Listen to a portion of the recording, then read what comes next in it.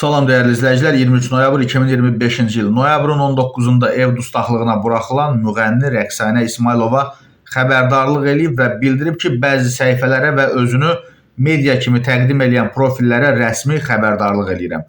Mən heç bir sosial platformada çıxış etməmişəm və yeni video çəkməmişəm. Hazırda bəzi səhifələr mənim köhnə videolarımı yeni material kimi paylaşaraq izləyici və PR qazanmağa çalışırlar. Zərurət yarandığı təqdirdə aidiyyatı dövlət qurumlarına da rəsmi müraciətlər ediləcək. Xahiş edirəm, şəxsi məzmunumdan icazəsiz istifadə etməyin və mənim adımla ictimaiyyəti çaşdırmayın. Xatırladaq ki, sosial şəbəkələrdə Rəqsanə İsmayılovanın videoları yayılaraq onların yeni olması ilə bağlı məlumatlar paylaşılmışdı və bu arada onu da qeyd eləyək ki, Rəqsanə İsmayılova bir nəfərə yalan vəd verərək 520 min dollarını və 30 min manatlıq qızıl zinət əşyalarını ələ keçirməkdə ittiham olunur.